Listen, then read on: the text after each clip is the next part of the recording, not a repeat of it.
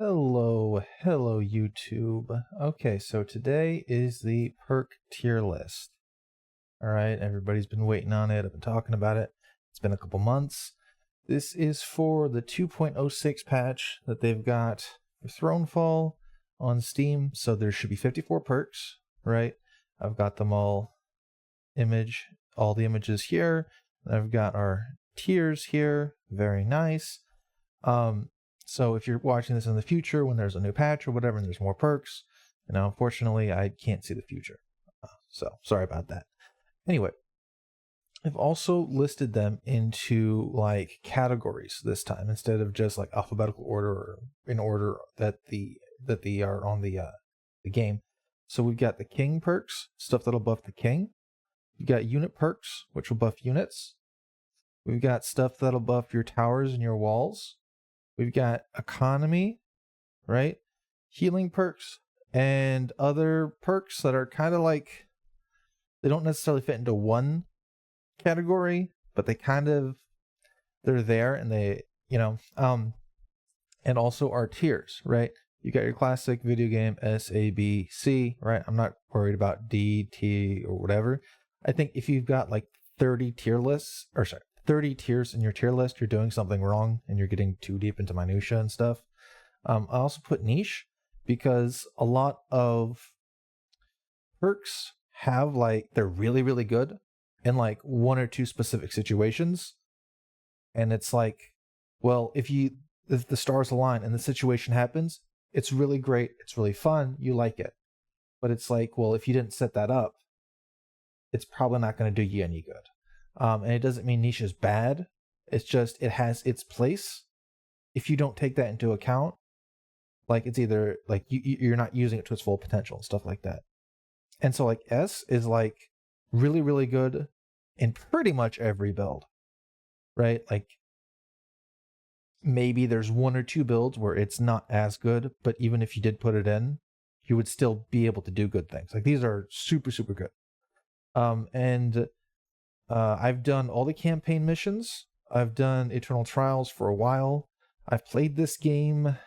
Oh shoot. When did I start playing?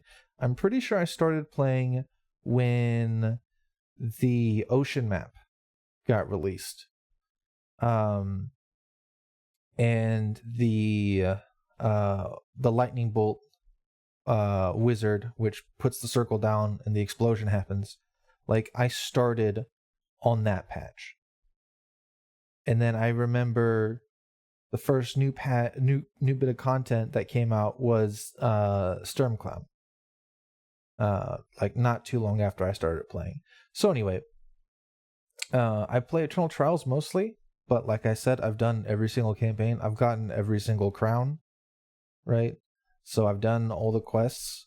I'm not necessarily a high score hunter, so maybe some of these are really good for high score hunting or for speedrunning or something, but I'm not really into that. I'm pretty sure most speedrunners use glass cannon just because of the extra damage for their bow, and then like they never get hit because they're really good at positioning and stuff, and like that's really good for a glass cannon. But in most cases, well, all right, I'll talk about that stuff later. So we're going to get a start. First one we've got is our heavy armor. It's more HP, more regen. I think it's like 250% more HP and like 50% more regen. I don't know how much regen it is, but basically you get big boy health, right? Really good, really good. I don't think it's S tier, even though it's just generally very good for your king. Because if your build is going to be on unit or tower focus, you don't really care about the king's health, right? But I don't think it's bad, right? And I think you can use it in almost every build. So I'll put it on a solid A, right? Solid A. Heavy armor is also part of a specific build for Blood Wand, right? And I'll talk a bit more about that later. And so we've got Ring of Resurrection. Okay, so Ring of Resurrection, the first time you die each night, you respawn after 1 second, and every single allied unit that is currently dead respawns at their corpse. So if, let's say you've got 12 berserkers out and 10 of them are dead, right? And then one's training at the thing, you die, all the berserkers, they rise up to where their corpses were at, and they get back into the fight. It's pretty good, pretty fun, and let me think. Right, so it's pretty good, it's pretty fun, but it relies on your king dying, and you don't want your king to die, typically. Although, it's one of those situations where once I play more with this, I started to realize it's not like you want your king to die so you get to use it. It's more of like, here's an extra life so you can stay in the fight just a little bit longer, right? And when you revive, your ability gets refreshed. So that's your paladin bubble, your traps, your your little stab from the dagger from the bow and dagger. You've got your healing from your spear. Like all of those abilities, they refresh when you respawn. I still think it's in B tier. I think that's what I had it on last time. It's not super good, not super bad. Solid. In campaign, you probably don't want to pick it, but in Eternal Trials, it's a nice thing to have. So warrior training gives you a little bit of damage, and the amount it gives you, it depends on how many knights there are. So it goes up to 100%, and it splits it up across every knight. So if there are 10 knights, like most of the Eternal Trials levels will have, each knight will give you a 10% increase. So when you're playing Eternal Trials, it's pretty good on the earlier levels when there's like 5 knights or whatever, because then you're getting 20% damage increase every night. That's really good. But it kind of evens out into like a 10% damage increase every night. Now on campaign missions, it's a little bit weaker because, well, on something like Totent, I think there's 15 knights. So you're not getting 10%, you're getting like less than that. I don't know what the math equates out to. But it does even out to 100% at the end of on the last night, right? So you will be very strong on the last night. I'm going to put it in A, with heavy armor. Okay, next one is going to be Warhorse Trample. I love it. Love it, love it, love it, love it, love it, love it. So, it does 2.5 damage to every enemy when you come into contact with them, and you take like 1.25 damage as you run through. Okay? And fun fact about this, the damage, I believe, scales with the king's damage, right? But the damage reflection does not. Now, if you're running through 500 peasants, well, 500 times the 1.2, like, that'll probably kill you if you don't have enough health. However, if you start building your damage and you run through a line of like 10 giraffe slimes, and then you run through it a couple times, you're going to win that exchange. So with the changes to this, you can't just aimlessly run through everything. It will actually hurt. But it's still really good at breaking through lines. I'm going to put it on S tier because I really love just running through things and it's free damage. And even if you've got, like, let's say you're the bow and you're trying to run through a ram or a robot or something that's got like arrow resistance, this will still damage it. But I think this is more of a lower S. I think it's a little bit lower than it used to be. That's my feeling. Or maybe my playstyle's changed, so it's not as good. Okay, glass cannon. All right, I'm going to put this up at niche. All right, does it mean it's bad? Does it mean it's better than Warhorse or whatever because it's up top? Just remember, it's niche. It's got a specific playstyle. 80% extra damage, but the cost is 80% less health. So even if you stack like these big health things like heavy armor or the magic armor from your keep, you're getting a lot less health than before. And you're very fragile. And I think an Ogre Club kills you if you don't upgrade your health. And you've got Glass Cannon. Like one Ogre Club just one taps you. That's pretty spooky. But you also do a whole lot more damage. So if you do things like attack speed upgrades and damage upgrades, and then you just kill them before they even get close to you, well, who cares? like I said, it's niche. You have to basically build your whole strategy around Glass Cannon for it to work. And now, next, we're going to talk about Ice Magic. I really love this perk. It's one of my favorites in the game. I think Trample is my favorite, but like this is up there, like top 5. It used to be niche. It used to be that there were like 3 or 4 different instances of slows, but the slows were really strong, right? Because it doubles the effectiveness of slows and it increases the duration even more. So it's like really, really good in specific situations. And that's what made it niche.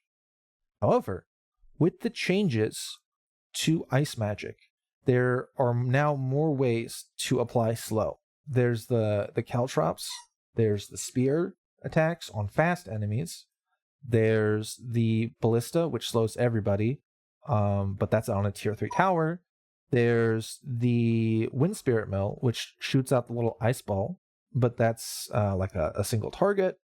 I believe the ice magic from the temple upgrade will also slow down enemies if they're caught in the circle, but that's kind of, no, maybe I'm just bad at it, but it feels like it doesn't slow as much, or I'm not getting as many enemies in the circle as I could be. You know, maybe I'm just bad at that specific one. But the most important one now is anybody that comes in contact with the king is now slowed. And that's super important because you can just infinitely kite. And I'm just going to put this on S here. I think it's actually better than Warhorse because even in a build where you're not king focused, like maybe you're doing unit focus and stuff, you can still pop this in and literally just use your king as a way to slow down the enemies and keep them away from your walls, away from your towers, away from your archer line, right? And just keep constantly kiting them. Get them to target you and then run away far enough so that they don't hit you, but close enough so that they still want to hit you. And then when the slow wears off, reapply it, run back in. You're going to take a little bit of damage, but if you've got a wizard healing you or a heal tower, or you've got like just natural regen or high enough health, you should be fine. And there's definitely been times when when there's been a choke point and I've slowed down the front things and then their hitboxes stop the things in the back from advancing. I've done that on things like, what's it called? Wildbach. I believe I've done that with rams, and the front rams stop the back rams or the back catapults from advancing because they just couldn't move past the choke point, right? Because everybody was slowed down. It does pair well with Warhorse because they're damaging and they're getting slowed, but again, it's not necessary to have the Warhorse there, right? And this is more versatile, so I'm going to put it on S tier. Okay, the next one, lighter materials. I believe it's a 30% attack speed increase. So you just attack faster.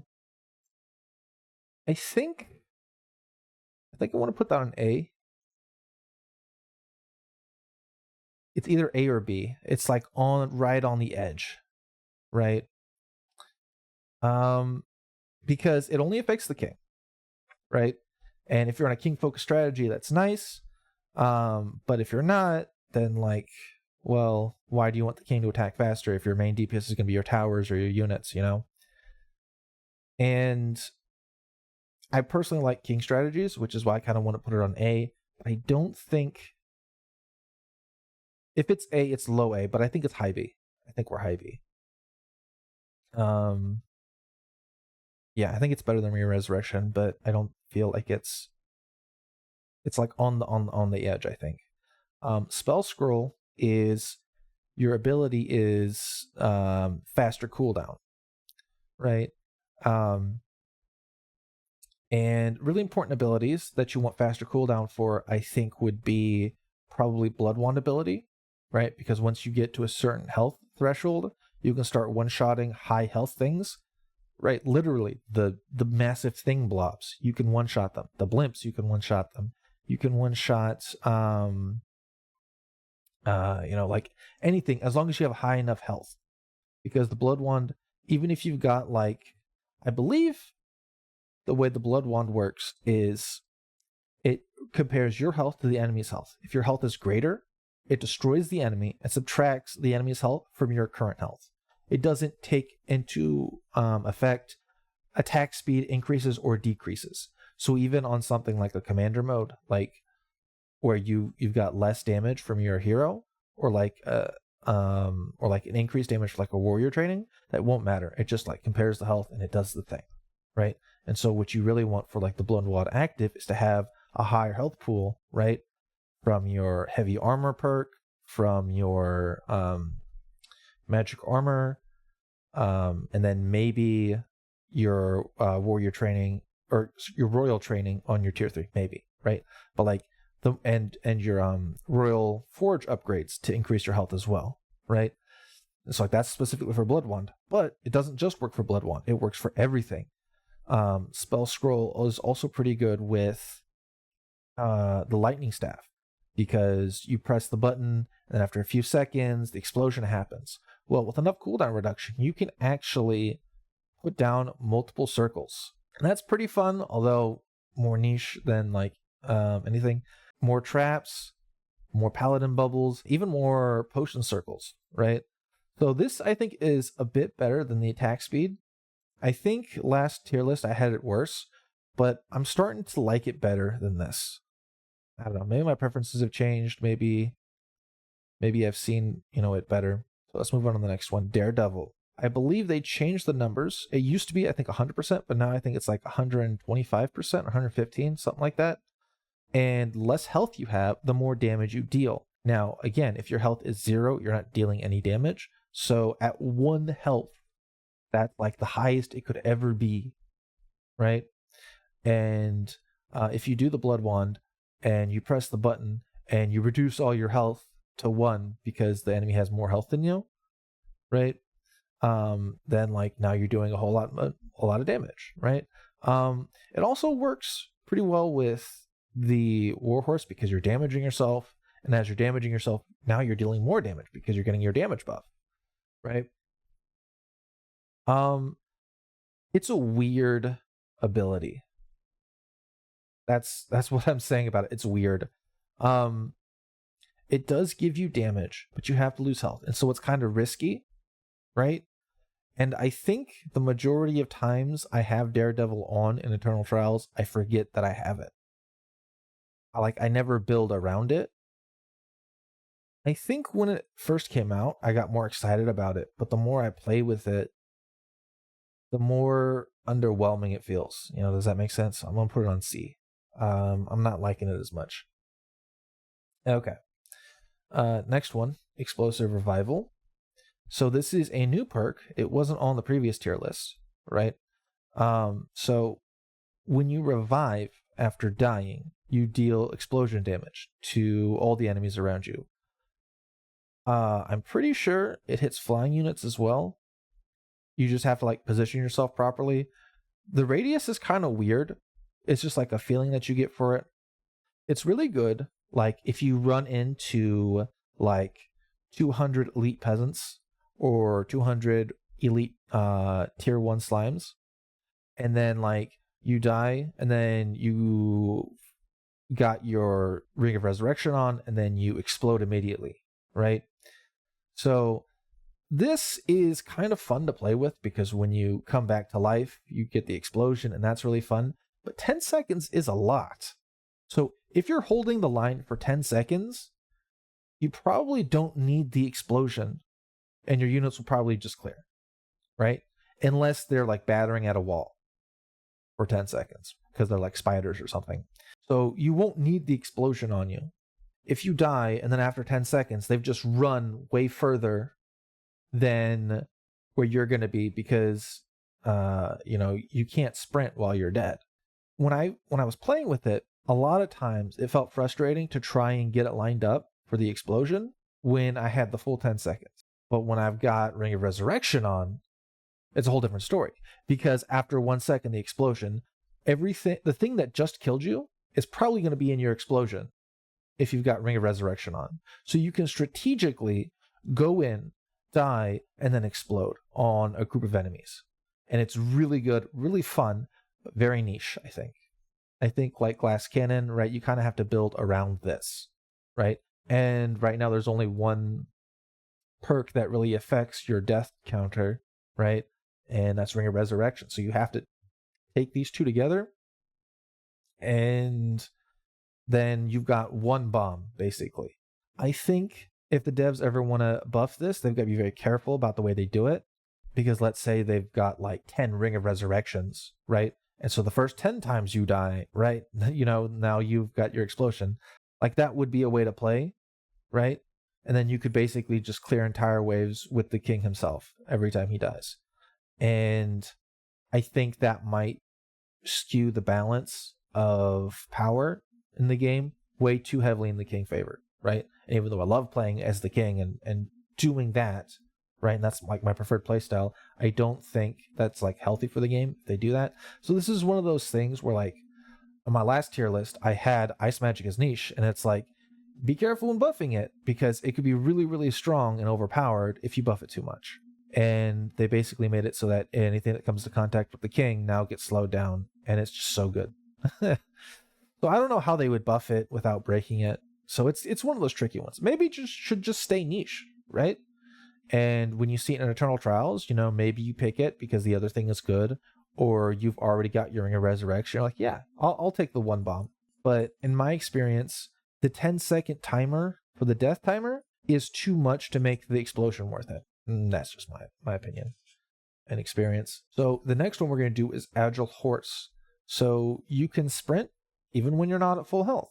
So it's a game mechanic where you press the button and you get to sprint and go faster.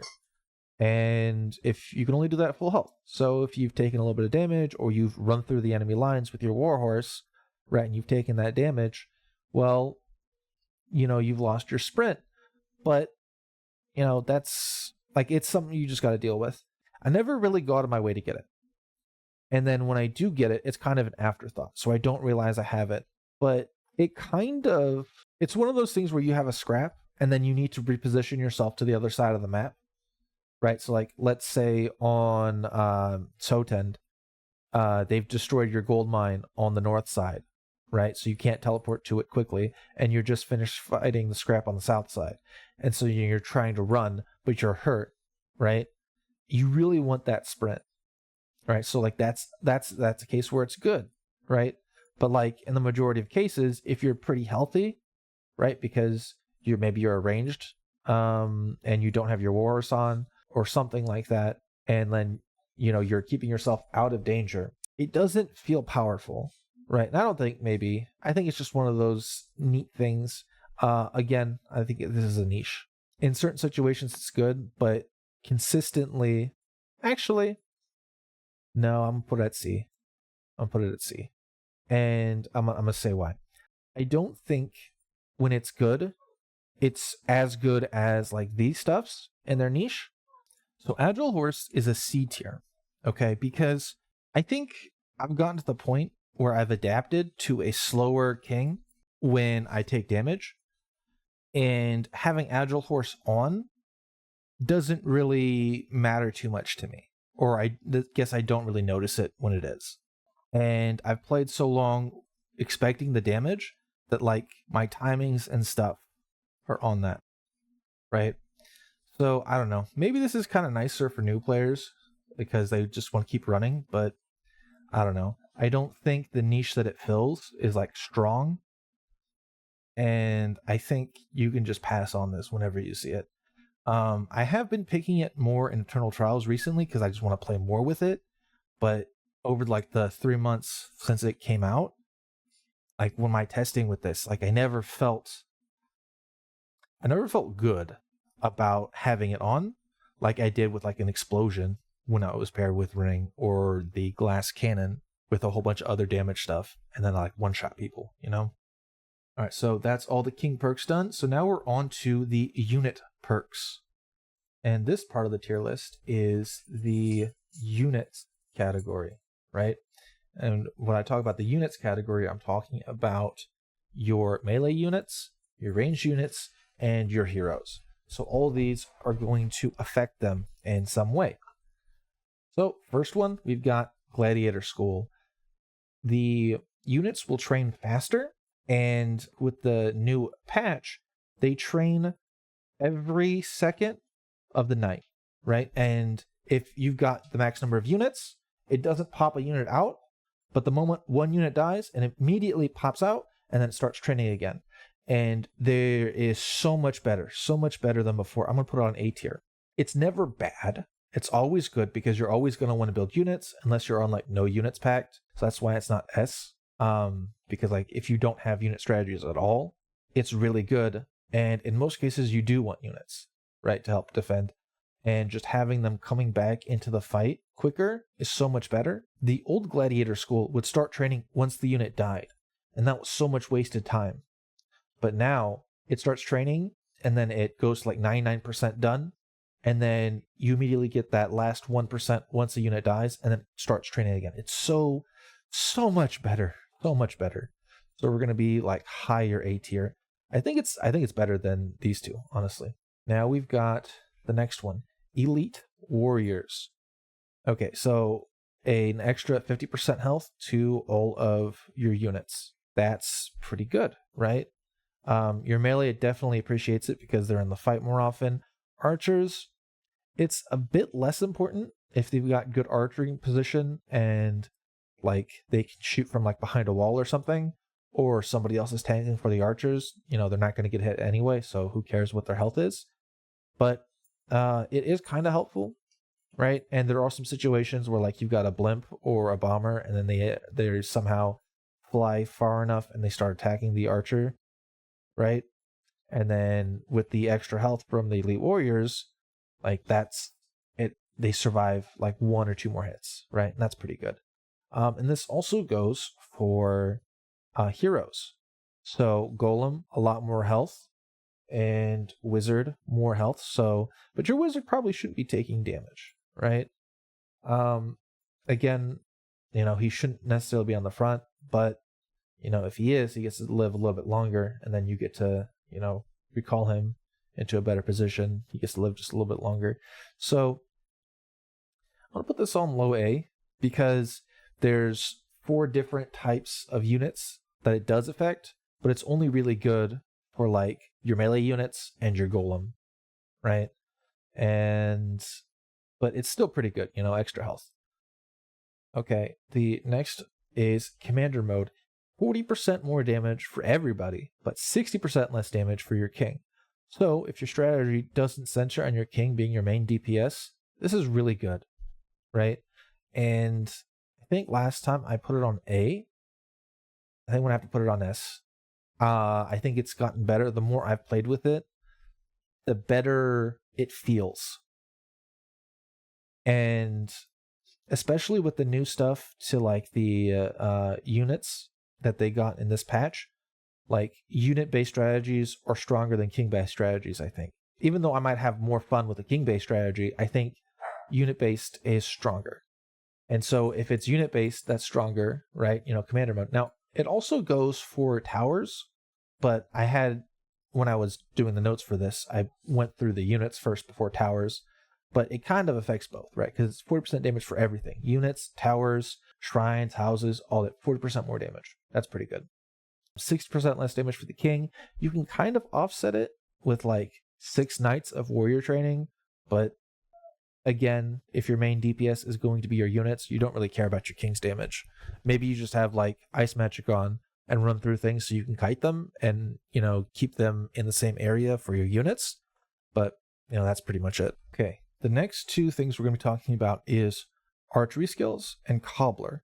And I've got them right next to each other, and I want to talk about them together because these affect half of your units, right? So archery skills affects just the archer building, and it actually affects the scarecrows. And I think it also affects the Wind Spirit Mill. I think it also affects the range for that. And archery skill, it gives you 60% more range and 60% faster arrows. So that's huge, right? So the faster the arrow gets to them, the faster the damage happens. And then the faster things die, and then the faster the archer will retarget and go to a different thing. And 60% more range, that's huge. They can start hitting things from across the map. Now, there are enormous maps now, like Totend and Freiport, Morwig is pretty big too, but on a map like on Sturmclum, if you've got them with archer skills and they're on the second ring and like the center, they can basically hit any one of the 3 lanes that they're coming through. The side lane from the west, they might not be able to hit, but in Eternal Trials, most of the stuff comes from those 3 lanes down there on the bottom. Really, really good. I really like it. I think I'm going to have to keep it on B though, because it only affects archers. And it affects the scarecrows from the mill and the wind spirit mill. And those are pretty neat interactions, but I don't think it's enough to bump it up to A. Cobbler. Cobbler is just your melee units, right? And you might think, well, I'm going to put it at B because it only affects half the stuff, but it affects your melee units, and I believe it also affects the golem, right? And 50% movement speed, so they get into the fight faster. And that's huge, especially if you've got your melee units, they're engaging, somebody dies, and they're training and they're trying to get back into the fight, because the more time they spend getting to the fight, that's less damage they're doing, because their damage is 0 until they reach the enemy. And one thing about the Berserker that makes it so, really good is they've got the jump. So they just jump on the enemy, and that reduces that time it takes for them to get to that. So a Berserker with Cobbler gets into the fight really quickly. Spears with Cobbler as well. Spears also have the natural extra speed compared to other melee units, right? And so Spears with Cobbler, they also get into the fight really fast. And it feels really good, right? It feels better than the archers. And so I'm going to put this on a low A. I think it's a little bit worse than just extra health for all of your units, but it's better than the archer range. Okay, the next thing we're going to talk about are the melee resists and range resist, melee damage, range damage, right? We kind of lump them together. Melee resist is a 30%, which is the same as a blacksmith upgrade. So it's literally a free blacksmith upgrade, if you think about it. And, typically what I do is I'll do like a damage upgrades first to make my units, stronger and kill the enemy faster. And then towards the later end, when the enemies are like getting stronger and you're getting like facing elites and stuff, then I get, a melee or a range resist, depending on like how much of the enemy is melee or ranged, right? And so I think, just having a free melee resist, like that's really good, because you have that for the whole map and not just for like the last, 3 or 4 nights, or maybe in some cases the last 2 nights. I think before I had it on B. I think they were pretty solid, and I kind of analyzed them as like a free, like 4 gold. But the cost for the blacksmith increases with each one. So if you're getting your melee resists first thing, it only counts as 4 gold. But if you're getting it third, then it's like 14 gold. And so if you think about it that way, it's more valuable, right? And so I'm going to put these on lower A, just because it's a free stat increase. It's always there, and you always have it. And it could save you 14 gold, because let's say without these perks, I upgraded melee attack, ranged attack, and then a melee resist. Well, that melee resist is now going to cost like 14 gold, right? Somewhere around there. Maybe it's 14 if you've got the research, but it's like 15 if it's not. It's somewhere around there. But anyway, my point is, you're going to be saving that because you're not going to research that. You're just going to research the first 2 attack upgrades, and then there's no need to upgrade this one, right? Or maybe you spend that 14 gold on a range resist instead, so you've got, everything upgraded 1. Or maybe you just spend that gold and you get, even more melee resist. So I think these have definitely been, I guess, maybe they weren't necessarily buffed, but the way I thought about them changed. And so now it feels better for me to use them, right? So I'm putting them on A. And melee damage and range damage are a bit different, because melee damage is 30%, And that's more than the blacksmith. It's 5% more. The blacksmith gives you 25% for melee damage, and the blacksmith gives you 20% for range damage. The melee damage perk gives you 30%, and the range damage perk gives you 25%. The range damage also affects more things because it affects towers as well, and not just units. And the melee damage will affect all of your units, and I believe it also affects fire damage, like the fire arrow puddle and the boiling oil from your tower. I think those count as melee damage instances. So more damage comes from ranged, but more damage gets packed onto melee attack. They're still pretty good though. So I think I'm gonna put this up here. Range damage is still pretty good because it affects everything. Or not everything, but like a lot of things. And since there's less, I think I'm gonna put it on a high B. I think that's also what I had for the previous tier list. But yeah, it still feels right. Okay. Stronger heroes. Heroes will have 50% more hit points, and they'll be 40% stronger. So you know how commander mode is the 40% damage? That's basically, without taking commander mode, the same amount if you just take stronger heroes. But it only goes for heroes.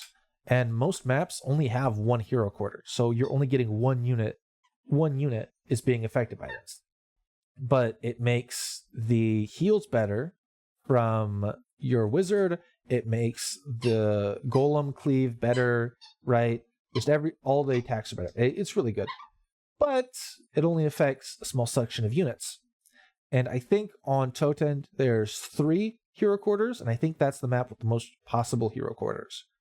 I think there's 2 on Fryfort, and I think there's 2 on Mortaweg. And I think the rest have either 1 or 0.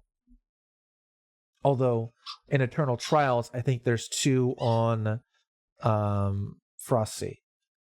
It's kind of variable, right? I think I want to put it at B. Better than this stuff.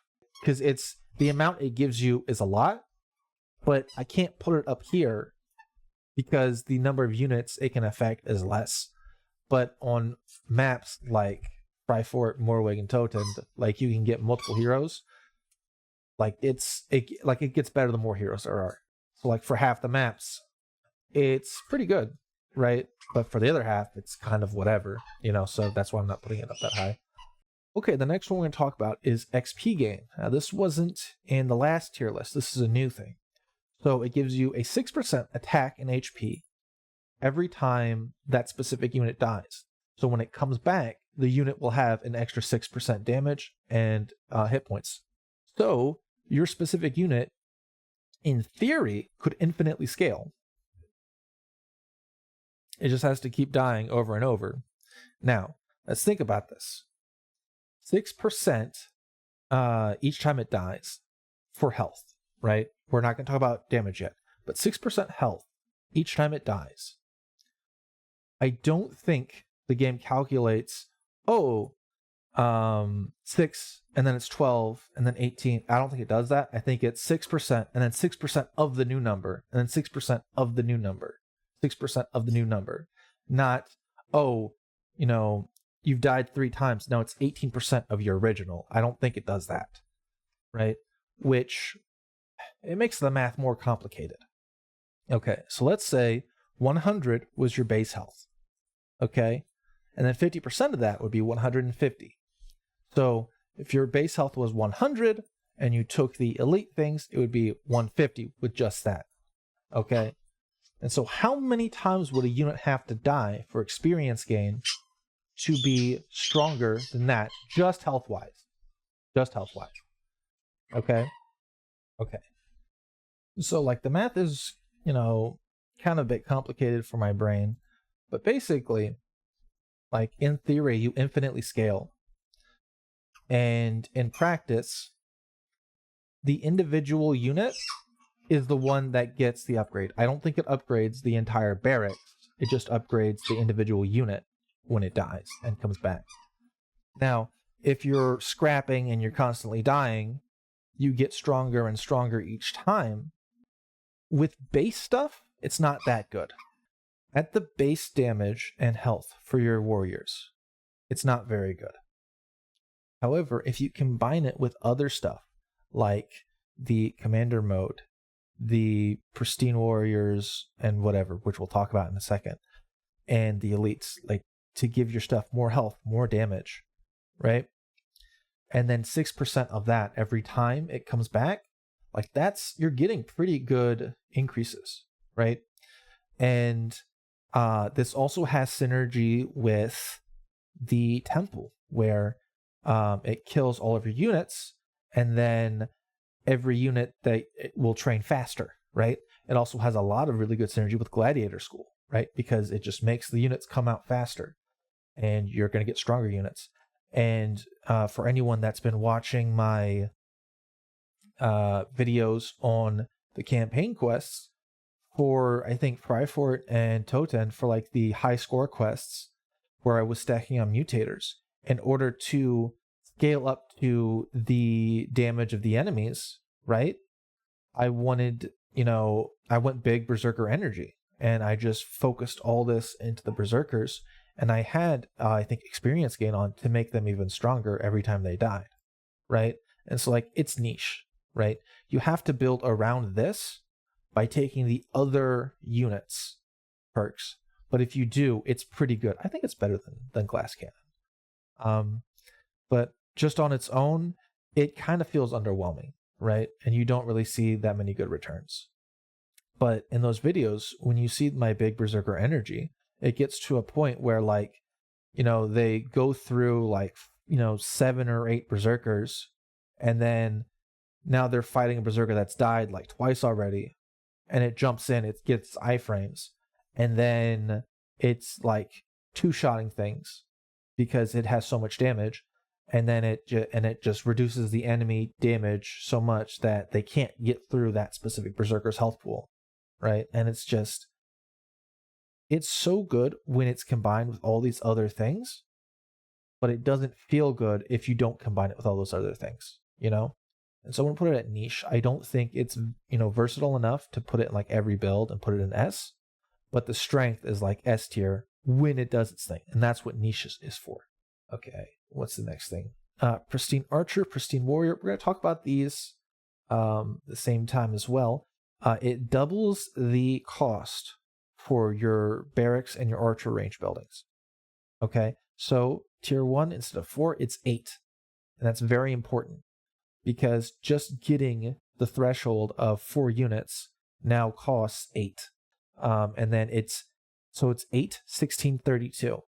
Now, if you're rolling in money and you've got a good economy rolling, that's great. You probably can afford to get to those pristine tier 3s.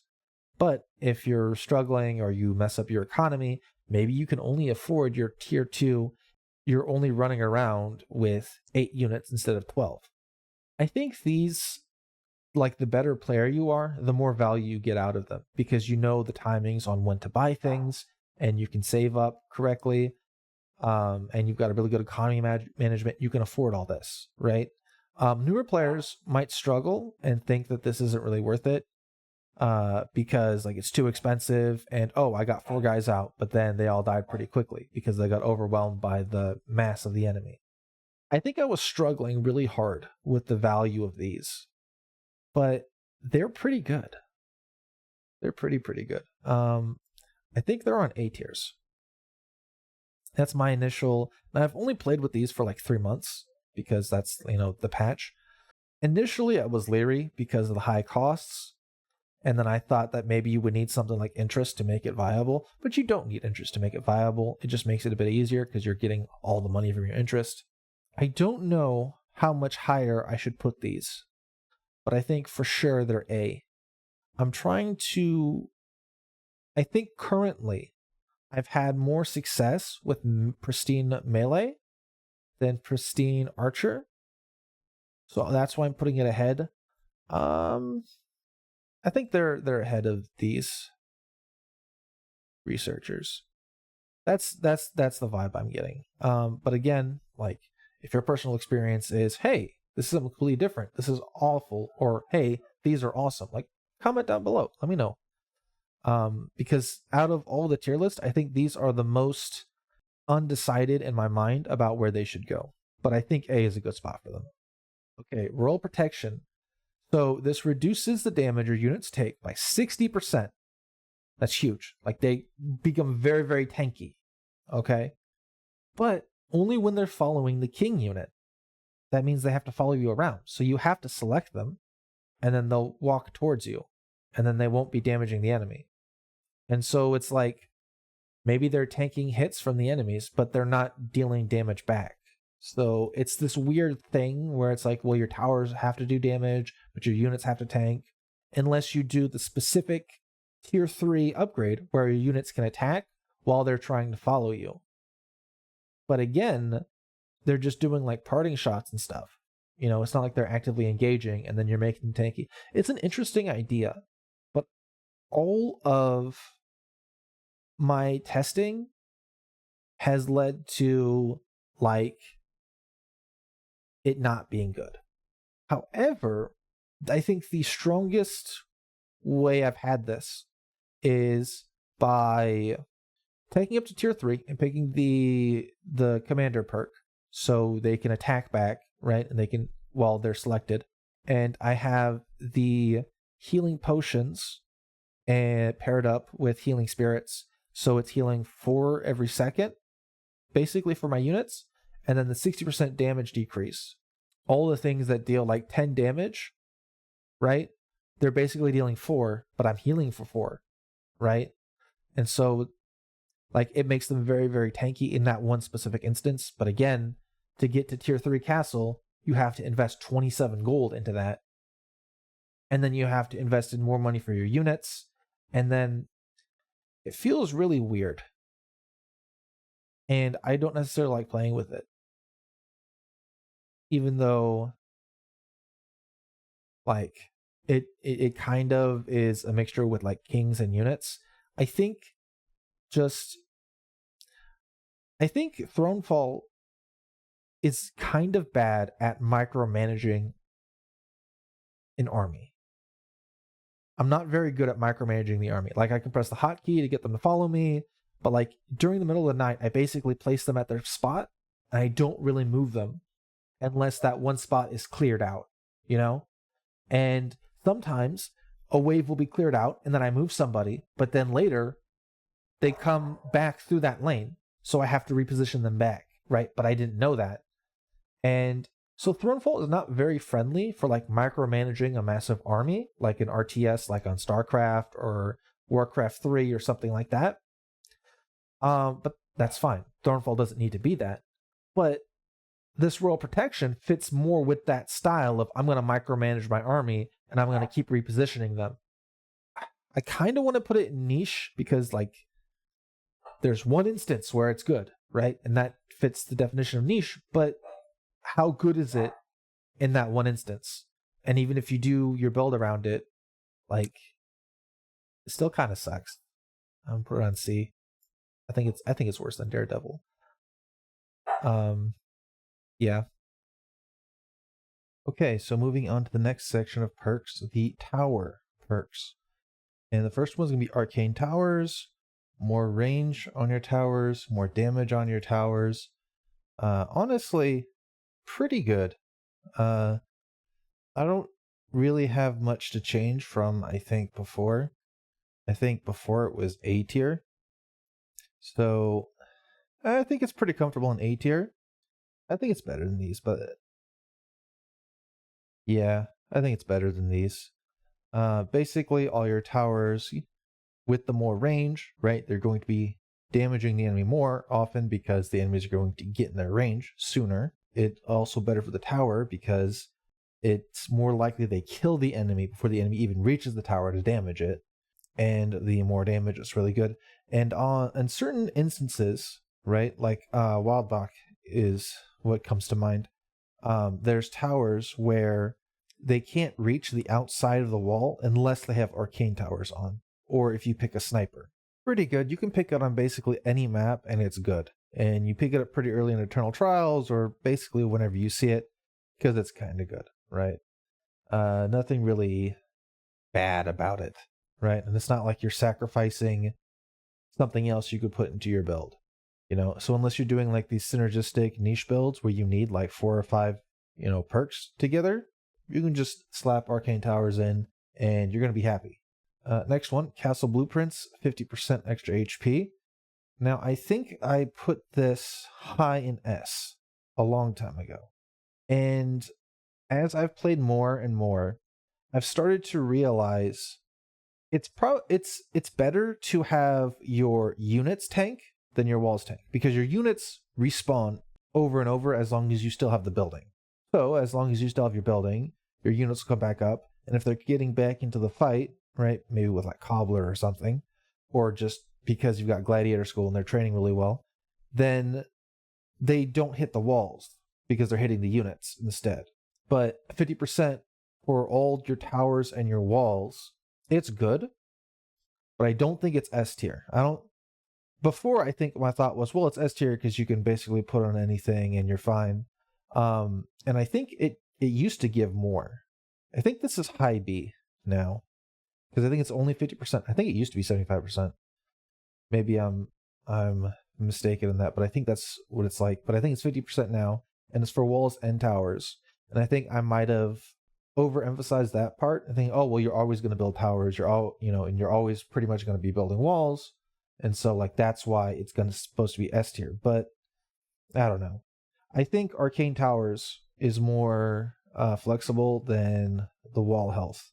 When it comes to unit health, is that better than wall health and tower health? And I think it is, because the units can respawn. So you've got, let's say, one tower, and it's got, for example, 500 health, and the enemy does 400 damage to it, right? Then it's got 100 left. Let's say, same instance, you've got units, and they've got 4 of them, and they each have 100 health, right? So that's 400 total, less than that tower, but the enemy kills one, and it kills another one, and it kills another one, and it kills another one, and by the time it's done the 4th one, the last one is back. And so it had to eat through the same 400 health as the tower to get to the last guy. And then it eats through that guy, but the other guys keep coming. So it's kind of like, the health that they're eating through of your units is coming back because your units are coming back. But your towers don't get healed at all. They don't get repaired. And so if they eat through that tower, that damage is permanent until the end of the night. Unit health is much better because you can do things like build healing towers or get a wizard or, be the potion seller and then heal your units. Because you can't do tower repair, I think it's not as good as the unit health because it's still the same 50%, right? So wherever this is, I think it cannot go higher than this. All right, next one, Power Tower. A 266% attack speed for one tower. And that tower is the closest tower to you. What's interesting about this is you can turn it on, you can turn it off.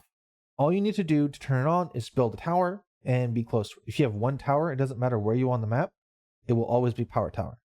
If you have 2 towers, then you can kind of turn on and off and switch which tower you want to be Power Tower. And it's very interesting because there's times when you want them to get a little bit closer so they get in range for the Shrine Charge, and then you activate your Power Tower. I've done that on Sturmclaw a lot. There's also times where it's like you build a tower on like each section, like on Totend, right? And then you just kind of go closer to the one. So very, very powerful, right? Very versatile, especially if you pair it up with Arcane, because then you've got one really, really strong tower. The attack speed will also very helpful for ramping up bunker towers, because the bunker tower has a very short range and it randomly shoots at targets, but after every shot, it fires faster. And so if you're next to the bunker with your power tower, it'll attack with the power tower attack speed, get even more attack speed because it's a bunker, and then when you leave, it'll lose the power tower, but it'll retain its bunker attack speed.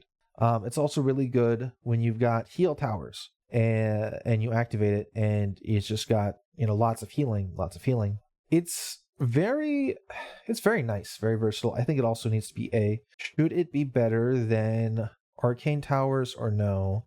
I have to think about that. They're neck and neck. I think it's a little bit better.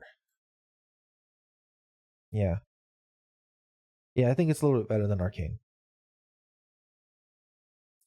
Just because the attack speed makes it, the things attack so fast.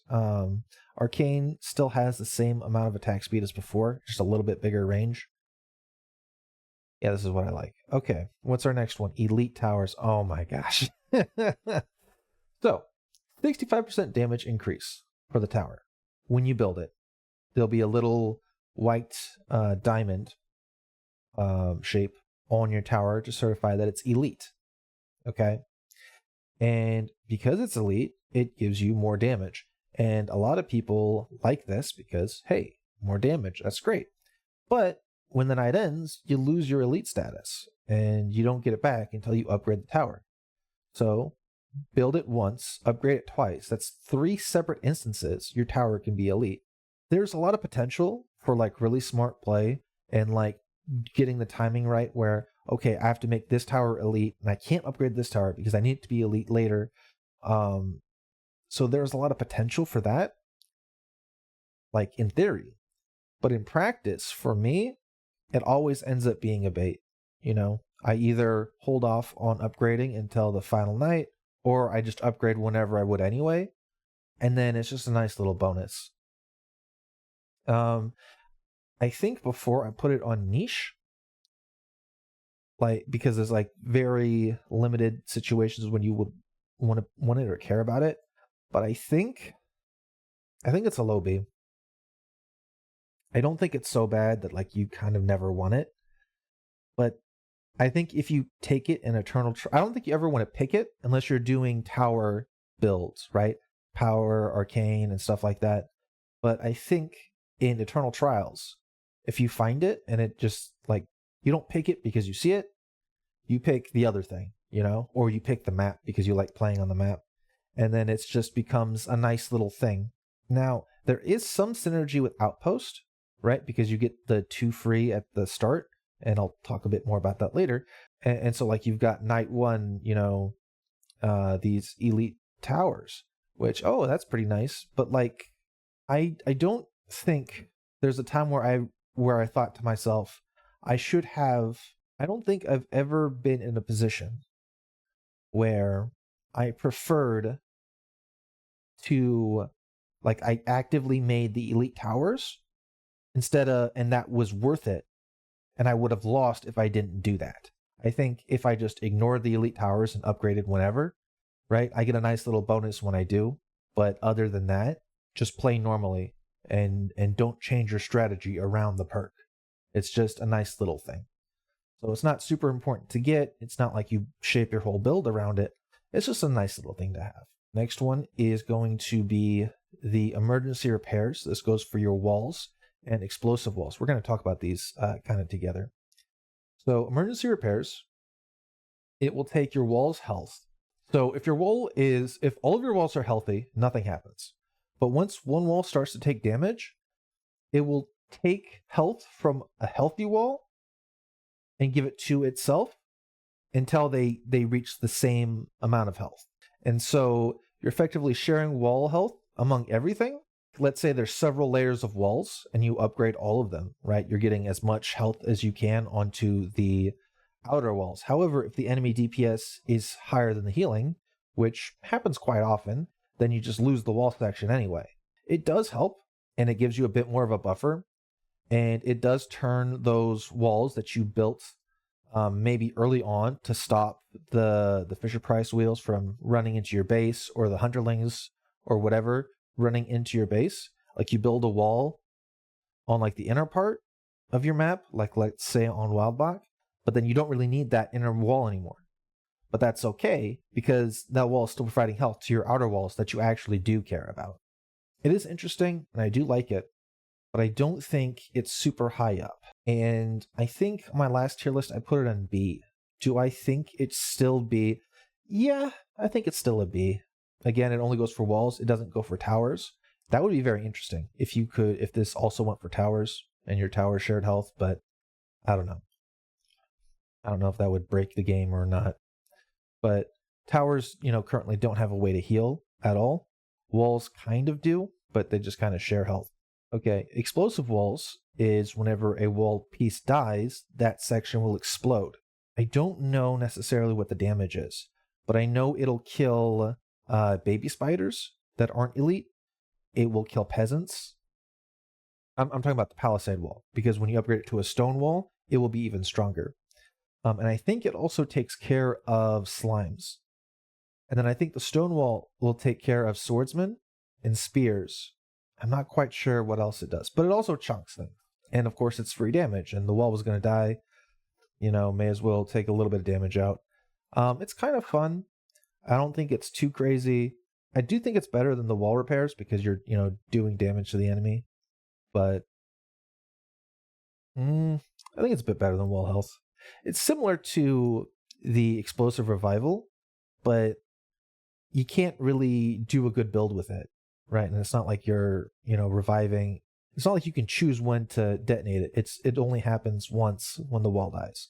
Now, if there's multiple sections of wall, each section of wall has an explosion to it.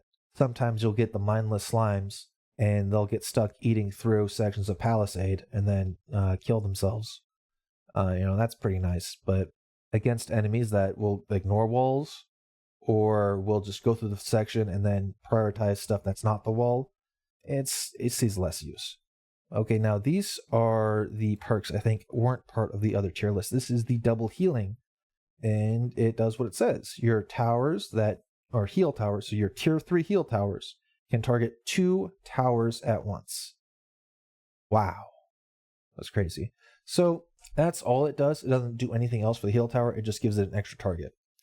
And I thought that was pretty bad because it only applies to 1 tower, and it's a tier 3 tower. So 15 plus 5 plus 3 is 23 gold. So 23 gold to even take advantage of this perk. Like, this is one of those things where you get it kind of like elite towers, where you don't do your build around it. You just kind of have it, and it feels nice. But you don't put your build around it, and you don't really, go out of your way to do that. And I think most of the times in Eternal Trials, I forget that I have it on. Then there's times when I actually do build a healing tower, and then I notice it. I'm like, that's amazing. I love it. Initially, I'm thinking C, but there's also times where we've been able to out-heal the enemy because they've been trying to take down, like, my army, and then 2 of my units get healed at the same time instead of just 1. I think you have to be smart to actively, like, remember, oh, hey, I got this on. Let's not make too many heal towers, because I do need some damage from towers, probably. Unless you go completely, unit focus and then have your towers just be heal support towers. I don't think I've ever done that. I don't think it's high enough to be A, but I don't think it's bad enough to be C. Yeah, B sounds about right. Probably around here with the elite towers. Now, next up is Outpost. Outpost will give you 2 free towers. That is a 6 gold savings, right? Maybe 4 gold if you've got your timber scaffolding, but we'll get to that perk later. How good is it? Well, at first I thought it was just 2 random towers, but it's 2 towers that are on the outermost part of the map. From my understanding, it's the same for every single map. And so you can learn the locations when you do your Eternal Trials. It's just free towers. I don't think there's ever a bad time for it. So I don't think it's down by C. But I don't think it's good enough that you always want it, right? And I don't think it's A tier. I'm thinking it's also kind of like these towers, right? The elite tower and healing towers. Like, it's an interesting idea. Maybe I just don't like it because since it puts towers on the outer ring, the enemies go for the outer ring towers first before going to attack the places where I want them to attack, which are by shrines, and, start shrine charging. Maybe that's why I don't like it. All right, the next section is going to be the economy section. So all this is about making money. this might be the most contentious part of the entire tier list, because I think a lot of people value these variably, except for maybe one that everyone values the same. So we've got about 10 of them. All right, and first on our list is going to be Royal Mint. Royal Mint, I don't want to say it's a noob trap, because that kind of sounds like, oh, it's bad, don't ever take it. If you think about it, right, you get 1 gold for just existing, right, every night. And that never goes away. And you don't lose it, because if you lost your keep, you'd lose the game anyway. So think of it like, oh, 1 free gold at the end of every night. Well, that's nice. What's the opportunity cost? That's 1 perk slot. So 1 out of your 5 perks. But, like, do you really want that? Now, as a new player, if you're not really good at managing your economy and managing your money, maybe that 1 extra gold is really good. Now, when you upgrade to 2 for 7 gold, now you're getting 2 gold. So let's say there's 10 nights because it's Eternal Trials, and you upgraded to tier 2 on 3. Now, from nights 3 through 10, you're going to get 2 gold, and so that's 7 nights, so that's 14 gold. And then the sooner you upgrade to tier 3, then you're going to get 3 gold. Honestly, I think this might need a buff. Maybe like 124 or something. Because if you think about it, it's going to be 27 gold to upgrade your keep to tier 3. With 3 gold on tier 3, that's 9 nights to offset the cost of upgrading. So you never really profit from this. Now in Eternal Trials, if you get it, you get it, and it feels pretty good.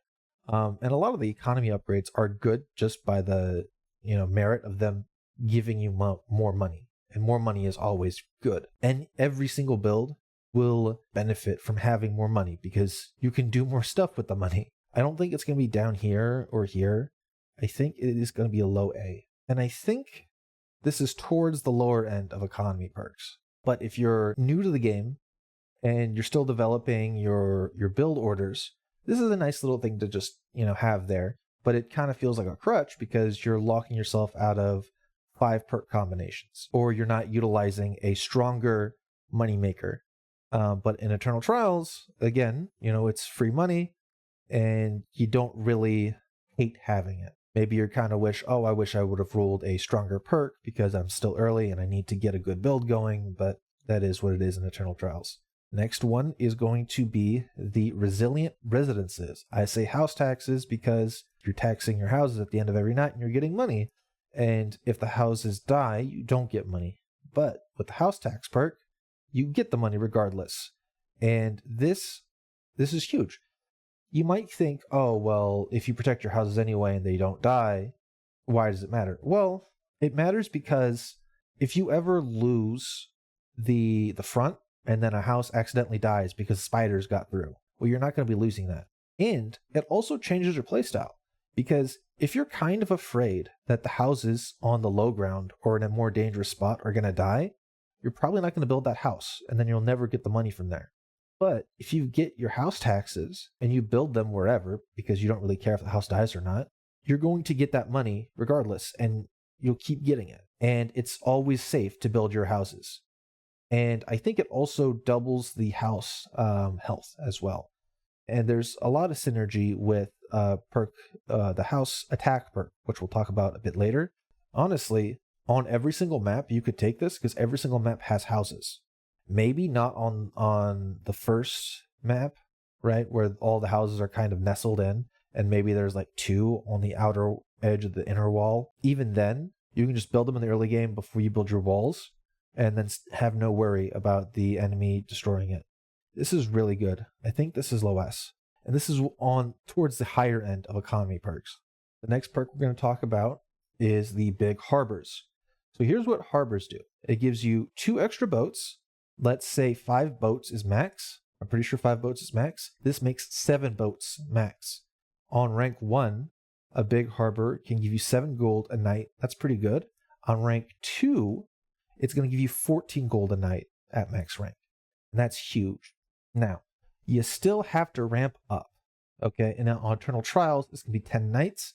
So if you build it within the first 3 nights, you're going to be getting 14 gold, 12, 14 gold on your later nights. It also starts with 1 more boat. So you're going to be getting your gold faster. So like I said, plus 2 boat capacity, right? But it also makes the ramp faster because you're starting with one. So a normal harbors, you spend 3 gold, and then you don't get any gold that night.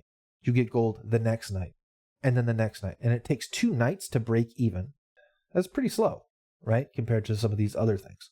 But with boats, the boat perk, you start with 1 boat, and then the next night, you get your 2 boats. And so after the 2 nights, you've broken even, and then you're getting 3 gold on the 3rd night. And so it's just a little bit faster. Also, it doubles the health of the boats. So your harbors are stronger, and it's less likely that they're going to die because they've just got more health. Now, there is one last thing about this. It doubles the cost to upgrade your harbor from 7 to 10. But I think that's worth it because, again, your max is going... Like, when you're at 5 boats, a tier 2 harbor gives you 10. So as long as you upgrade when you're at 4 or 5, you're not really losing anything. I'll typically upgrade at 3, but maybe, I don't have the money when it's at 3, so I wait till it's 4 or 5, and then I'm fine. Boats are really good. I think A tier. Better than this, definitely. I think it's worse than this because, again, there's some maps that don't have the harbor at all, so you just kind of can't really get it. But for the maps that do have harbor, I think it's pretty good. Around there-ish. Our next one will be Pumpkin Fields. And it gives you 1 more to your mill income. So a tier 1 mill gives you a couple gold. And then this just gives you 1 extra one. And 400% HP on your fields. This is why I typically take this, right? I want more health on my fields. So my scarecrows are healthier. I think a scarecrow can live through 1 bomb from the bomber if it has the pumpkin fields on. But if it doesn't, it dies. And bombers fire pretty slowly. And maybe that's enough time for your scarecrows to gun it down. If you've got the wind spirits and you're blocking arrows and you have more health on it, it's just tanky enough and it keeps blocking arrows. And then eventually they eat through all the arrow block charges and they're still attacking it. Well, now you've got more time to regenerate those arrow charges and get the blocks up again. It's a little bit of synergy with the explosive mill because there's more health and it lives longer. And so if there's melee things attacking it, more melee things are going to get near it because they're going to be attracted to the mill. And then since more things are near it, when it finally does die, you get more value out of the explosion. And of course, on the money mill, you get more money and all of your fields are stronger. They last longer before it dies. But typically you don't want your money mill somewhere that the enemies are going to be attacking. I think there's more mills than boats. So I think the value of pumpkin fields is going to be more than... I think it's going to be more than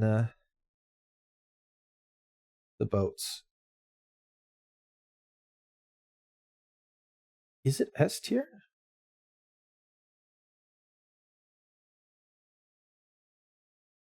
I think it's low S tier. Also, this benefits your mills, not just with their income generation, but with their special effects. So I think it's stronger than the harbors. Okay, treasure chest. Treasure chest gives you 15, 25, and 40 gold for the last 3 nights. It got buffed in numbers since the last time I did a perk tier list. However, it did get nerfed in the Eternal Trials. Because the Eternal Trials, it got nerfed in Eternal Trials, and then it got buffed a little bit in Eternal Trials.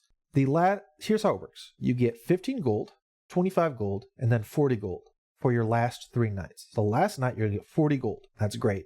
Second to last night, you're going to get 25, and then the third to last, you're going to get 15. So the shorter the game length, the faster this will kick in. But it does nothing for you until then. However, Eternal Trials used to have randomly, on stage 19 or something, randomly there would be a 2-night or 3-night or 4-night. That's how long it would be. And then this was so good because it just kickstarted your economy during those Eternal Trials when there wasn't enough time for you to ramp up any of your other economy stuff. And I really liked that. However, with the new way Eternal Trials is, Early, it ramps up from like, I think it goes 3, 4, 5, 6, 7, 8, 9. Like it ramps up slowly, but it never goes back down. So you're never in a position where it's like you're facing elites and there's 3 nights to go. That was old Eternal Trials. And this was good for that specific reason. But because that doesn't happen anymore, it's only really good for like Eternal Trials, the first couple rounds, and then you just kind of have it for the rest of it. So if you find it early, right, maybe pick it up, experiment with it, but I don't think it's as good as this other stuff. I think it gives you more value than the Royal Mint, because Royal Mint won't ever get you more than like, I don't think it'll ever get you more than like 30. If there's 10 nights in Eternal Trials and you upgrade to tier 3 on the first night somehow, then you're going to get 30 gold. You're going to be getting 65 plus 15. What is that? 80 gold from the treasure chest over the course of 3 nights. It's less impactful, early and mid game when you really need money, but it's more impactful later on, especially if you have these pristines. Because if you've got the pristines and you need 32 to upgrade your units to tier 3, you can do that on the final night just from this gold alone. And on the second to last night, you could probably do it with whatever income you got. And it's kind of used as like a hedge in case you really mess up and you lose a whole lot of your economy. But the better player you are, the less you're going to need it, What's next? Sustainable mines. This got changed like 5 different times. I don't even remember what it was like when I did the perk tier list. Here's what it does now. You get 1 gold per mine. So instead of 6 gold, it gives you 7, right? Okay, that's pretty good. And then when your mines die, they get reset to 7. So you're not going to get the gold, but it resets back to 7. So let's say you kept your mines safe for like 2 or 3 nights, right? So it went from 7 to 6 to 5, and then, oh no, it got destroyed. Well, now it's back to 7. So it's pretty neat idea, but like, I always forget I have it, and I want to keep my mines alive anyway. I think it was interesting when the mines were indestructible, but, I guess they changed it. Mines typically are like a risky thing anyway, and there's not too many safe mining locations. I know there's a few on Sturmklam, and I think there's like one on Durstein. But like, typically they're kind of out there, and they reward you with lots of money if you can protect them. But if you don't really protect them, well, actually, hold on. Now I'm thinking about maps. I think Morweg has a safe mine, and so does Freifort. Oh, and Wildbach has a safe one, and they've got the unsafe one. But again, you build the unsafe ones when the waves aren't coming in that lane, and you get 7 gold. And you do that a couple times, and you're going to get another 7 gold after it gets destroyed. I think it's better than the treasure chest, but I don't think it's as good as Pumpkin Fields. And I don't think it's as good as boats. Honestly, I think boats should be higher up. Yeah. Yeah, that seems more in line. What is the next one? Loan. Okay, small loan of 7 gold. Loan gives you 7 gold at the start, but the first 10 gold that the enemies drop doesn't count anymore, and you're not going to get it. You get an influx of 7 gold. That's enough to upgrade to tier 2, and that's typically what I used on. I use it to make a tier 2. And then now I've got my magic armor, I've got my assassin training, I've got my, royal training. And I mean, I could also do the builder guild, but I typically upgrade my houses anyway without it. More health for your castle, and that's great. The downside is you don't get you get the 7 gold that you would have gotten, and then you don't get 3 more, right? Because you don't get the 10 drop gold. However, there's an interesting mechanic now. There are buildings you can create that summon enemies. And one of the enemies you can summon is the large spider, which drops 9 gold when you get defeated, right? I think the wasps give you like 2 gold, the ghosties give you 4 gold, the ogres give you 7 gold, and then the big spider gives you 9 gold. Now, if you have loan, you build the big spider, you kill the big spider, you get the 9 gold from the drop. And so you've invested 1 to build the demon circle, 7 to upgrade your tower, right? And then you get 9, and that doesn't count towards the 10 gold you don't get from loan. That comes from enemies that spawn from the waves, not spawning from the demon circles. So you can kind of cheat this even more if you've got the blood wand. And one of the strategies that I do is I take the blood wand and I stack health. So I get the health perk, I get the health from the keep upgrade, so the magic armor. That's enough to one-shot a big spider with my ability. So I go down to the demon circle, I build it, I instantly kill it, and I'm in a better position than if I didn't do that. And I kind of counteract any downside to the loan. It's less effective with other weapons because it doesn't get one shot and the spiders are kind of tough early on. It's pretty good. And I think even in that case where that doesn't happen, you still won it. I think having tier 2 on night 1 is so good, especially in Eternal Trials, because it gives you more health for your keep and it gives you more tech options. And if you've got Architect's Council, you've got access to tier 3 locations. Like, so good, so good. I think it's better than Pumpkin Fields and houses. I'm going to put it here. Okay, our next is going to be the Ancient Shrines, and I love this. And you might think, well, hey, shrines, they're not an economy generator. They're a defensive building. They shoot arrows at things. Well, they do. But each shrine will also give you 2 gold when it spawns, right? So once you've, charged it up and it starts firing arrows, then at the end of every night, you get 2 gold. And that is great. But shrines cost 3. You need to have the shrines. So without the perk, you invest 3 gold, and then you don't make a return on your investment until 2 nights afterwards. After it's charged, not after you've built it. So that's kind of fair. But with Ancient Shrines, it doubles the amount of health needed to charge up the shrine. So that's kind of the drawback. But in Eternal Trials, you don't really care about that because stuff is going to die anyway. It's going to get charged. Like, I don't really see that as like a downside, even though technically it is. But what I do love is the literal free shrines. They all get built once you build your tier 1 castle, no matter where they are on the map. This was less important back in the day because there's campaign maps that don't have shrines at all. But with the new Eternal Trials, every single map has a shrines. Every single map has a shrines. And I think they all have at least 5. And so let's say 5 times 3 gold is a 15 gold investment to build them. And even if you don't charge them, it's not like you lost money building them because you picked Ancient Shrines. So this is pretty good. I think this is pretty strong, and I think it got even stronger, but I don't think it's S tier yet. Maybe it is. I think it's better than boats, but is it better than the stuff?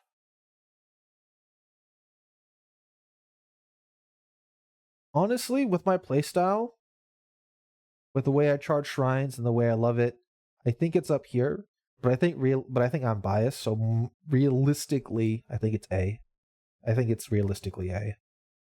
Now, this next one is kind of controversial. It's interest. So it got changed and it got a huge nerf, right? But back when I did my perk tier list, it was unnerfed. People thought I was crazy, I was undervaluing it, and I wasn't using it. And I think at the time, I didn't use it as much.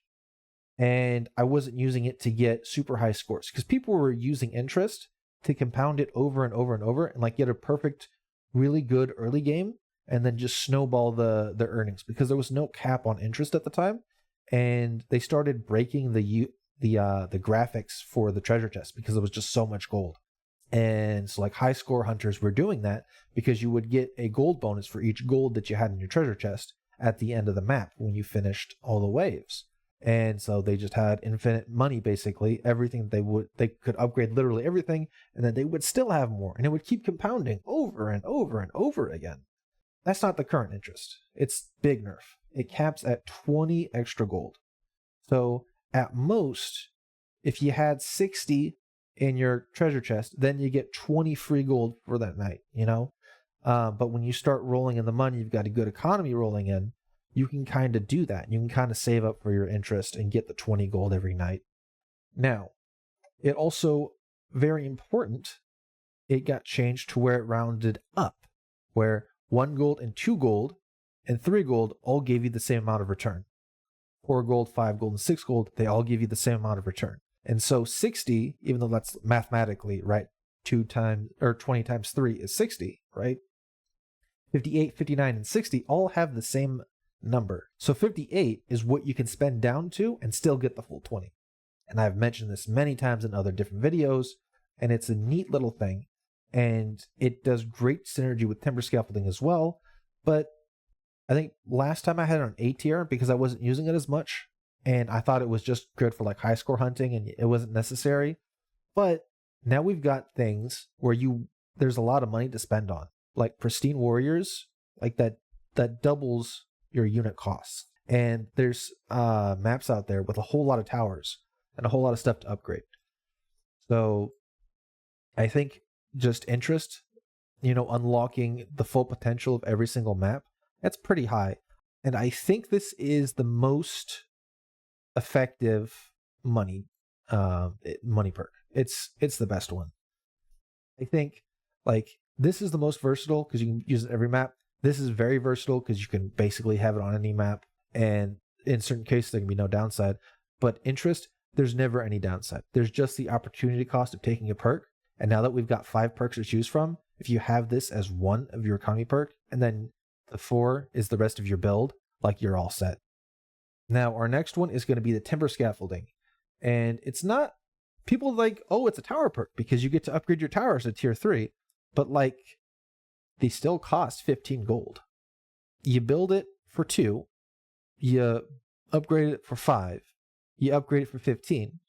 And even though you're on the tier 1 keep and you can do that, in most cases, it's not necessary. Now, sometimes in Eternal Trials, if you get like a really tricky wave and you need like ballista support so you can pierce through arrow resistance, or just have the slow from the ballista to like slow down ogres, like I've done that, and that is useful. But more use I've found is the 2 gold, because it changes the initial cost for each tower from 3 to 2. And so you can look at every single map and calculate how many towers you could possibly build, and then multiply that, and that's how much gold you're saving. So if there's 15 towers possible to build, you're saving 15 gold, like potentially. The more towers you build, the more you're saving. There's never really a bad time to have it, and you can fit it into your tower build. And it's basically saving you like 15 gold, which is very similar to the shrines. But I think it's a bit less strong, right? It's not as strong as the shrines. I do think it's stronger than mines, but I think it's not as strong as boats or shrines. Because it is a 15 gold, like at least a 15 gold savings. I think there's some maps that are crazy amount of towers, like on Fryfort, or Totend, and so like they see a whole lot more savings there. But like on average, I think 15 is around the average. Okay, the next on the list are the healing perks. There's not that many. There's 4 of them. I think there's one more than we had before. I think this is a pretty strong, like healing perks are pretty strong, right? Because they make your stuff last longer than they would otherwise. And like the tankier your units are, the better they get, right? But if you've got like glass cannon on, right, God's Lotion isn't really going to help because you're going to get one shot and you're not really going to be recovering, right? It's one of those things where you need to consider how much health do you actually have and how much healing are you actually getting. I think some of these perks have also been changed. I think health potions saw a big nerf from a percentage health increase every second to a flat, like 2.5 every second. And then if it has the bonus from the healing increase perk right here, then it becomes like 4 every second. I think that's how the math works out. the more sources of healing there are, the better this perk gets. And I think more sources of healing have appeared. So I think it has gotten a little bit stronger than what it used to be. And I think I put it on niche before. Because again, the more sources of healings there are, the better it is. And there wasn't too much. I think there was just wizard and like the hero healing and like the flail healing. Like that was it, basically. But now you've got potions from the potion seller, and you've got healing gold, and you've got god lotion. I think it's still niche. You only take this to make these other perks stronger, right? I don't ever think you take this by itself. So I still think it's niche, unless you take this and your weapon is the potion vials. Like that would be the only instance where I would think you take this, but not these. I don't do that very often, you know? And I don't think it's, you know, outstandingly great or anything, but you do this to supplement these, okay? You turn this from a 2.5 to a 4 every second. An interesting thought that I had was to have the commander mode tier 3, the commander mode perk on with these healings, this healing, and then I take the this royal protection and then run around with my units with the tier 3 keep upgrade, so they attack while they're running after me, and then I just run around. Like that's an idea I had, but it's not very good. But like, you know, you're healing for 4 and then you're doing a lot of damage reduction, but like this still, even with all that build and its stars aligning with it, it's still pretty bad. But this, right, 4 health a second, honestly, pretty good. I think it's low A though. I think it's less than these economies. And God's Lotion, I think it's similar, because it kicks the auto regeneration the king has. It happens quicker. So like you take some damage, you get out of combat. After a few seconds, you start healing. This cuts that time in half, and it makes you heal a whole lot more. I think the number is 110% faster, and the HP delay is reduced by 50%. So you're going to be healing a whole lot faster. It's really nice in Eternal Trials. I feel like there's times when I get that, and then I can be way more aggressive, and then kite back, and then get back in the fight a whole lot quicker as the king, right? So if you're king build, you definitely love it. But I don't think it's better than everybody getting, you know, 2.5 HP a second, maybe 4 every second if you got healing spirits. Now for like campaign quests, these aren't really, unless you're doing like the super heal build, and you pick all these things together, you're really not going to pick these for campaign. But for Eternal Trials, these are pretty nice, especially when you have to deal with elites, where regenerating your current health helps you combat them because they've got higher attack and they've also got higher health, and so the battles are going to be longer between your units and theirs. And so because the battles are longer, you're seeing more value out of the healing. And now the next one, healing gold. It doesn't say how much you heal, it just says that you do heal. I believe it increases the heal value based off of your own healing. Like the king has like a heal stat. If you pick royal training, or I like the keep, if you pick royal training, or you pick the magic armor, or you pick godly curse, it'll say like, oh, the king regeneration is 75% or 50% or 25% or whatever percent better. Like that will scale this as well. But you only heal when you pick up a gold coin. It's pretty unreliable, pretty underwhelming. There's been a few times where I'm in the thick of things and then I just randomly healed a full because the monster I just trampled through dropped a gold coin and I instantly picked it up. And that was pretty nice. But I don't build around it. And it's not like it makes my other builds super good. It's interesting, but I never go out of my way to get it, you know? And it's just, oh, I've got it. It's a nice thing to have. Kind of like these perks. I don't think it's as good as Daredevil. Okay, simple as. Okay. Now we're in the final stretch of this tier list. So these are like other miscellaneous perks. They don't really fit in with like a specific build, like, oh, this buffs your king, or oh, this buffs your units, your towers, whatever. And it's not like, and I think they don't benefit from healing, so like, it's not with that part. So these are other. Now this is castle fortifications. Your keep has more hit points, it attacks faster, and it's got more range. Pretty good, right? You're always going to build the keep, right? Because you have to build your keep. And if your keep dies, you lose. So having more health, well, that's pretty good, right? And I think on every single map, you benefit from having it.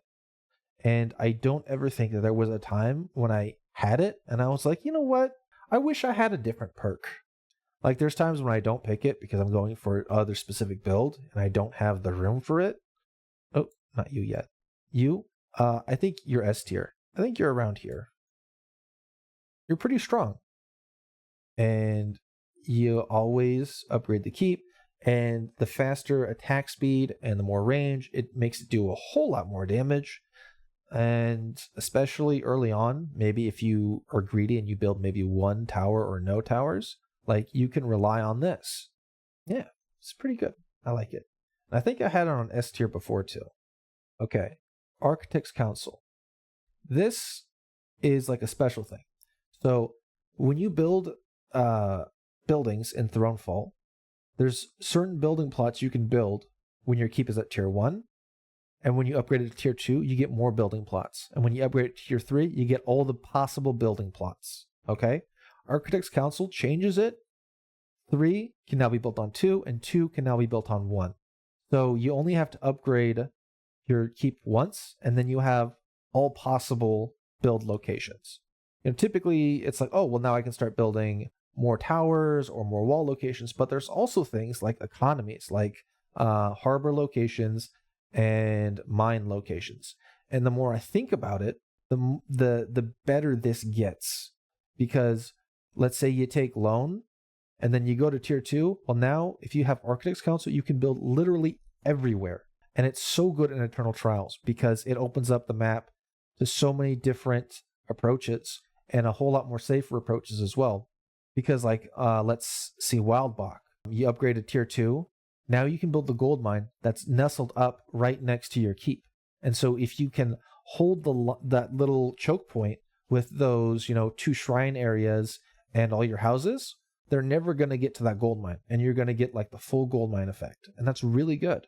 On Sturmklamm, there's the 2 gold mines next to the left side of the map where like the last stray shrine is, and like the mill and the demon circles on Eternal Trials, and like the little tower sections. You can't build those until tier 3. But if you got Architect's Council, you can build them on tier 2. And so if it's Eternal Trials, you got your loan, you got your Architect's Council, you upgrade to tier 2, you invest in one of those gold mines, and they're out of the way, and they're probably not going to attack them because they're coming in from one of the other 3 lanes. I think I undervalued it last time, and I said it was like niche because like it was only really good for certain Eternal Trial stages. The more I think about it, it's at least A, maybe S. I think it's low S. Just because it opens up so many different map options early. And you get you can get to your economy locations earlier. And now there's more stuff to choose from. You can choose the safest option. I think on, what is it? Uferwind, the beach map, you've got all of the different harbors, but you can only build one harbor on tier 1.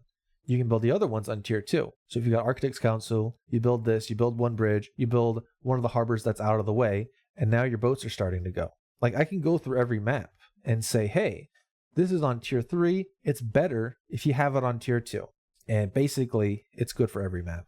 That's why it's S. Okay, next one, faster research. I don't think of this as an economy because it saves you 3 gold, right? Because each research is 1 gold less. So for each research building, you're saving 3 gold. I don't think of that as an economy perk because you're not saving 10 plus gold like with the towers. It makes every research 1 day sooner. Melee attacks and ranged attacks take 3 days to research. Well, now they take 2 days. melee resist, range resist, they take 2 days to research. Now, all you have to do is make sure it survives the one night you build it, and you get your extra 30% defenses. That's pretty good. I'm thinking, I think before I had it on B, but I think it's better than B. I think it's better, I think it's somewhere around here, because you still have to build the research building, you still have to protect it, but you don't have to protect it as long, and then you get your research. It's also limited because it happens 3 times, because there's only 3 times you build your thing. There's no more double forges on any map. And then the next one we're going to talk about is the relentless research, where the research will go regardless. Doesn't matter if your thing died, it still goes through. And I think at the time I made my initial video, the only research buildings that were kind of in dangerous positions was with Wildbach. But Freifort has popped up, Morwig has popped up. Those researchers are kind of in safe spots. There's the Totend, and there's the Blacksmith there. It's kind of in a dangerous spot because the top wave basically attacks that thing first. So it sees more play now because there's more play. It sees more value in those maps now, simply because there's dangerous spots, but you want your research to continue. Now in campaign, you might not want it because you want to add other stuff to your build. If you take melee resist or a range resist or a melee damage or a range damage, you can kind of basically take the same thing as the relentless research because it's basically 1 upgrade or better than 1 upgrade. So it sees way more play in Eternal Trials, where you take it and then you always have it, and it doesn't matter what map you take, and it doesn't matter when, you can always basically build your research and make sure that you've got 1 or 2 upgrades at least, maybe all 3, and most likely all 3 once you start getting this and you start building your research. Getting all that ready for Eternal Trials, like that's so good. Like that's so many stats, and it helps you scale with the elites. Like once you start seeing elites, you can start scaling with them, and then you start seeing more elites, you're scaling with them. But then eventually, like Eternal Trials, they just overwhelm you with numbers. But hey, that's the way it is. I think it's B. Also on Eternal Trials, certain maps that didn't have forges before will now have forges. I know Durstein has a Royal Forge, and the first I think it was Neuland has a Blacksmith, and so they're kind of in dangerous spots. But Relentless Research will, make them more appealing because hey, I'm just going to invest 3 gold, or I'm going to invest 4 gold, 9 gold, and I think it's like 15 gold, however much it is, like that much.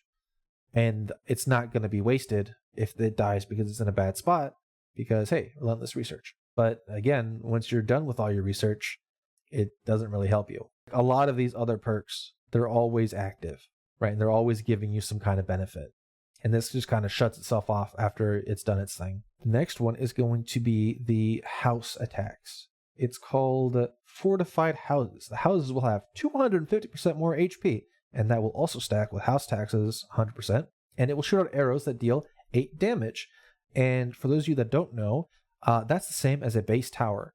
So you could spend 3 gold to build a tower, and then you got a good defense there. Or you could build a fortified house and then have the same attack. Now, it does attacks a lot slower. It attacks every 5 seconds. But a tier 2 house will attack every 1.75 seconds. And so a tier 2 house is 4 gold. And it basically fires like a tier 1 tower. And that's good enough for early game defenses. And then you're earning 2 gold a night. And so this is really good, especially coupled with house taxes, because they're attacking things. Things are going to start attacking the house back, right? And wanting to kill it. These two together, S tier. And they're even better together. But by themselves, they're S tier. Basically, every single map, they've got a lot of houses. Certain maps will have more houses than others, so it'll see more use. And there's plenty of maps where you build a whole lot of houses, like right next to your keep. And then when the flying enemies, maybe they flew past all of your defenses, and they're trying to get at your keep. Well, now you've got the houses all firing at them as well. It's just really good. I saw a lot of potential with this build. I think somebody mentioned it in the Discord. They said they did it on the beach map, and they basically just ignored the walls and just built all those houses. And, it works. And it works especially in Eternal Trials because you can build a whole bunch of houses next to your shrines. And if you took ancient shrines, they're going to be attacking the houses because they want to attack your economy building. They're firing back because they're houses. And, you're charging up the shrines. And it's really good synergy. I love it. I love it so much. Our next perk is going to be anti-air telescopes. It's not bad, but it's very limited. Okay. So the stats on this is it will reduce all of the hit points and all of the damage of every single air unit. So those are your blimps, your wasps, your hornets, all that, nasty flying things that you're going to need your archers and your towers to help deal with. All that stuff, they've got 25% less health. That's huge, especially when it comes to those blimps, which are pretty tanky, and 25% less damage. That's big. And it just makes those waves easier when those things happen. This also affects the witch as well, right? And witches are really annoying. For those of you that remember, long time ago, there used to be a mutator, because all of the mutators in Thronefall make the enemies more difficult. But there used to be a mutator that made the enemies easier. It reduced their hit points and their damage by 20%. Now, you couldn't get any achievements or anything for doing that, but you could put it on easy mode and just go through the waves, and they'd be, easier to deal with. Well, anti-air telescopes is basically easy mode, but for air units. And so, the more annoying air units there are, the better this sees. But again, I think less than a third of the units are air units.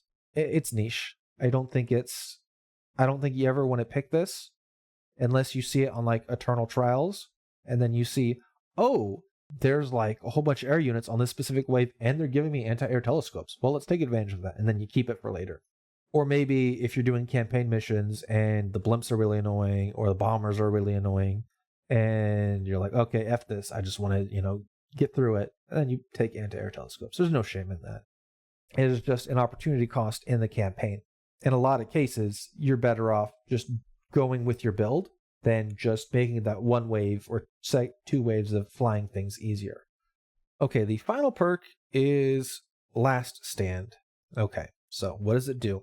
When your keep reaches 50% health, then all of your towers that are destroyed come back to life at full health. That sounds great. It's oh, hey, I'm getting free shit, right? All my towers, they're coming back. All the stuff that the enemies had to destroy, they're coming back. But you can't turn it on until they're knocking on your keep's door.